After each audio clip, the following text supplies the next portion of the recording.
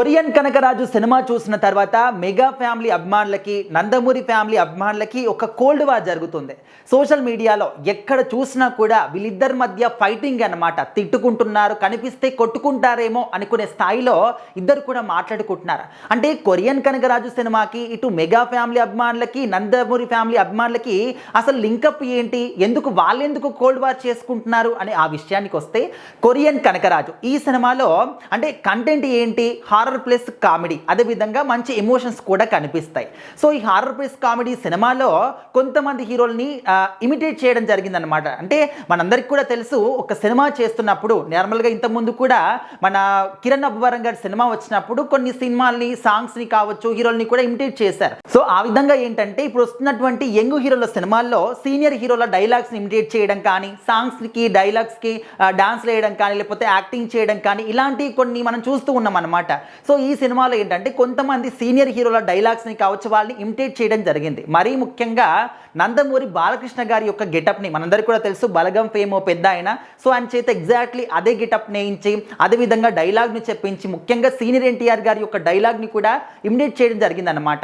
So మరి senior NTR గారి యొక్క డైలాగ్ డెలివరీ కావచ్చు, ఆ బాడీ లాంగ్వేజ్ కావచ్చు, చెప్పే విధానం కావచ్చు, ఏ విధంగా ఉంటుంది, చాలా యూనిక్ అనమాట. అదందరికీ కూడా తెలిసిందే. సో ఆ విధంగా ఆయన చేత ఇమిటేట్ చేయించడము. సో దీన్ని చూసి కొంతమంది ఏమంటున్నారంటే 21 సీట్లు ఇచ్చి మరి పక్కన కూర్చోబెట్టుకున్నారు కదా, ఇవి కాకపోతే ఇంకేం చేస్తారు అని చెప్పేసి, అంటే ఇరు ఫ్యామిలీల మధ్య గొడవలు పెట్టడానికి కూడా ట్రై చేస్తూ ఉన్నారు. నిజంగా వాళ్ళ ఫ్యాన్సే మాట్లాడుతున్నారంటే అందులో నిజంగా వాళ్ళు ఉండరన్నమాట. ఈ విధంగా మధ్యవర్తులు ఎవరైతే ఉంటారో వాళ్ళు చేసి ఇరు కుటుంబాలకి, అంటే ఇరు ఫ్యామిలీస్ యొక్క అభిమానులకి గొడవ పెడుతూ ఉంటారు. సో ఇక్కడ ఏంటి, ఒక సినిమా అన్నప్పుడు చాలా సినిమాలు ఈ విధంగా ఇమిటేట్ చేయడం జరిగింది. మరి ఈ సినిమాలో కూడా చేసినప్పుడు దీన్ని ఈ విధంగా గొడవ ఎందుకు సృష్టించాలి, అది కూడా పోస్ట్ పెట్టి మరి 21 సీట్లు ఇచ్చి మరి కూర్చోబెట్టుకున్నారు కదా పక్కన, ఇలాంటివే చేస్తారు, మిమ్మల్ని అవమానిస్తారు, మీ యొక్క పెద్ద ఆయన్ని కూడా అవమానిస్తూ ఉన్నారు, మిమ్మల్ని అంటే ఏమో కానీ సీనియర్ ఎన్టీఆర్ గారిని కూడా అవమానిస్తున్నారు అనే స్థాయిలో మాట్లాడుతున్నారు. అంటే ఇక్కడ రాజకీయాలకి సినిమాలకి అసలు లింకప్ ఎందుకు?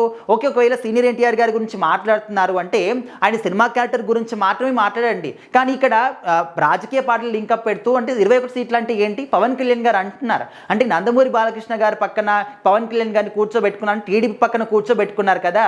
సో తరచు మిమ్మల్ని ఈ విధంగా ఇమిటేట్ చేస్తూ ఉంటారు, అవమానపరుస్తూ ఉంటారు, కింది నుంచి అంటే చాప కింద నీరులాగా చల్లగా మీకే ముప్పు తీసుకొస్తారు అని చెప్పేసి రకరకాలుగా మాట్లాడుతున్నారు. అంటే ఒకటి గమనించాల్సింది ఏంటంటే సినిమాలు, రాజకీయాలు ఒకటి కాదు. సో ఆ పర్సన్ గురించి మాట్లాడుతున్నావా, లేకపోతే సినిమా గురించి మాట్లాడుతున్నావా, దాని గురించి మాత్రమే మాట్లాడాలి. ఇక్కడ పొలిటికల్ పార్టీస్ తీసుకొచ్చి సినిమాలో మిక్స్ చేస్తామంటే ఇది సరైన పద్ధతి కాదు. బట్ ఇక్కడ బాలకృష్ణ గారికి, సీనియర్ ఎన్టీఆర్ గారికి అసలు పోలికని కాదు, అసలు ఈ విధంగా ఎందుకు ట్రోల్ చేయాలి, ఎందుకు గొడవలు పెట్టడానికి ట్రై చేయాలి, అసలు ఇది సరైన పద్ధతి కాదు.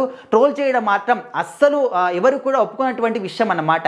ఏదైనా కావచ్చు, ఒక సినిమా వస్తుందంటే ఆ సినిమాని సినిమాలాగా మాత్రమే చూడాలి. ఆ సినిమాలో కంటెంట్ ఏముంది, ఏం చూపించారు, స్టోరీ ఏంటి, ఏ విధంగా యాక్టింగ్ చేశారు, సాంగ్స్ ఏ విధంగా ఉన్నాయి, ఈ విధంగా మాట్లాడుకుంటే ఓకే. కానీ ఏదో రాజకీయ పార్టీలు తీసుకొచ్చి సినిమాలో మిక్స్ చేసి, అంటే 21 సీట్లు కదా పక్కన కూర్చోబెట్టుకున్నారు కదా, ఇదే విధంగా మిమ్మల్ని పొడుస్తూ ఉంటారు, అవమానపరుస్తూ ఉంటారు, ఈ విధంగా చేయడం కరెక్ట్ కాదు. ఆ స్టోరీ రాసుకుంది ఏమైనా వరుణ్ తేజ్ గారా, లేకపోతే పవన్ కళ్యాణ్ గారు రాశారా? డైరెక్టర్ రాసుకున్నాడు, తన యొక్క ఆలోచన మేరకే ఆ సినిమాని తెరకెక్కించారు. సో కొంతమంది ఏమంటున్నారంటే ఓకే, బాలకృష్ణ గారిది అయితే ఒక వరకు ఓకే, కానీ సీనియర్ ఎన్టీఆర్ గారిది మాత్రం చాలా అసభ్యకరంగా చూపించారంటున్నారు. అసలు అసభ్యకరం ఏముంది అందులో, జస్ట్ డైలాగ్ని కొంచెం ఇమిటేట్ చేశారు, కావాలనే చేయించారు అని చెప్పేసి కూడా మాట్లాడుతున్నారు. సో ఈ మాటల్లో అయితే అసలు అర్థం లేనటువంటి మాటలు ఇవన్నీ కూడా.